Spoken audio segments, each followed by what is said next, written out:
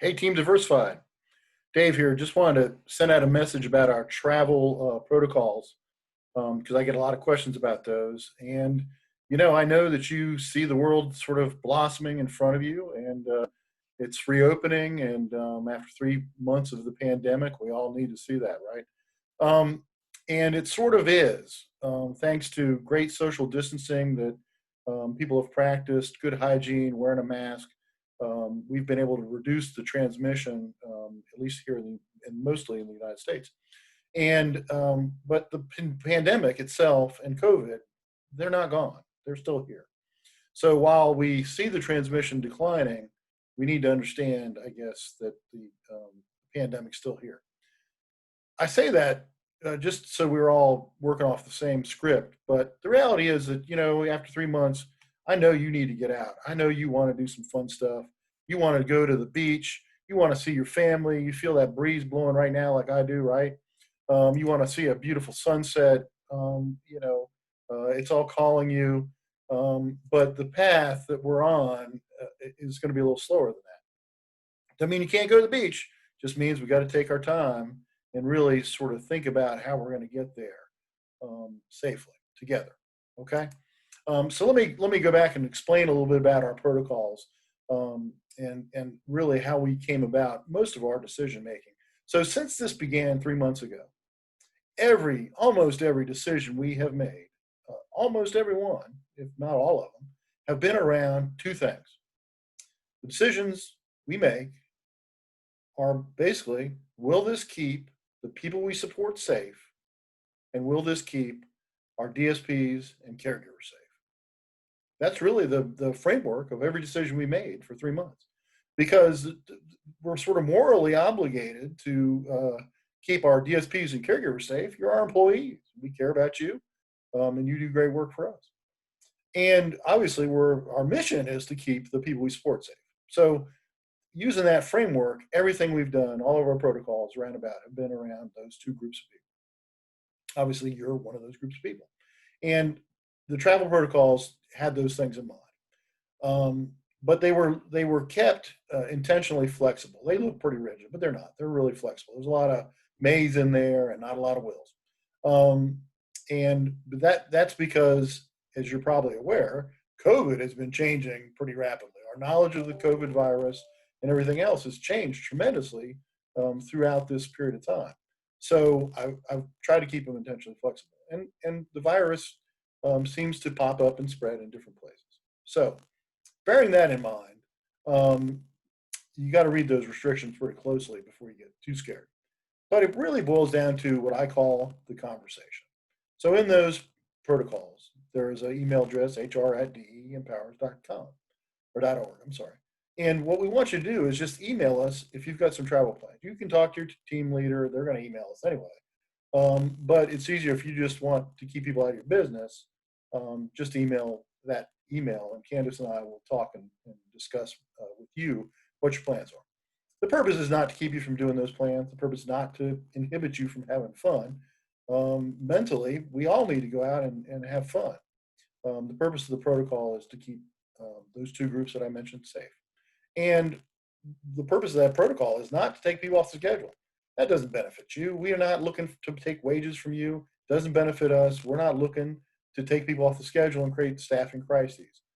So, but there are choices that people have to make, and we want to have a conversation with you so you know what those choices are. We've had great conversations with people.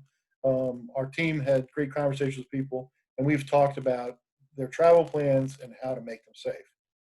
And then we've had people that think they're going to, just sort of duck out and go to a high COVID spot. And obviously, we have to take some kind of different action. And those are choices that people chose to make, and they're choices that we have to make. So having the conversation helps us to better plan that. An example would be is if you're going to go to the beach, like because I showed you some great beach pictures, and now you're all excited. So you want to go to the beach, and you're going to go with your family you live with every day, the family you interact with every day, and that's pretty safe. That's pretty benign, and as long as you practice good social distancing, if you go out, if you go out to a restaurant or whatever, you know what to do. It's clear that you know what to do. Now, if you go to the beach and you go to have a family reunion, well, that's a whole nother thing. A family reunion is a funeral for a good cause. That's all. And so you got people coming from out of town, from different places. They're all going to mingle. They're your family. Of course, you're going to get close up and hug on them, right? Totally understood. But the risk is tremendous when you get to that. And if you look back historically at this virus, a lot of spread been around funerals and church. And those are not bad things. Don't get me wrong. I'm not being critical of either one. However, they allow the virus to spread. And if you want to have a family reunion, you go for it. You let us know about it, and we will work with you to make sure that everybody stays safe, your coworkers stay safe, people who support stay safe, and you can make a reasonable decision if that's what you want to do. Okay? No harm, no foul. Nobody gets written up. You might come back and have to take a COVID test. If that's something that stresses you out, you might have to be out the schedule for 14 days. Again, my moral obligation is to keep our DSPs and caregivers safe. My mission decision is to keep the people we support safe. Got to do it with both groups. It is what it is. So it really does boil down to the conversation. Have that conversation with us. Be upfront. Be honest. It'll pay dividends. Trust me.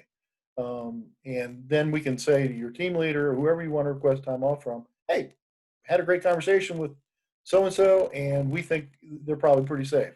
Now, when you come back, we're going to ask you some more questions before you start your shift, obviously, and say, how did it go? What'd you do? Who'd you see? Because again, we got those two groups of people that we have to try to keep safe.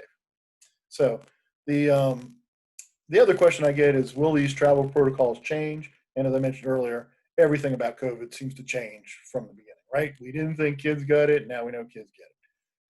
And so, yeah, they will evolve over time, but I wrote them in a way that they really sort of mirror what the CDC is reporting and changing all the time. So will they lighten up?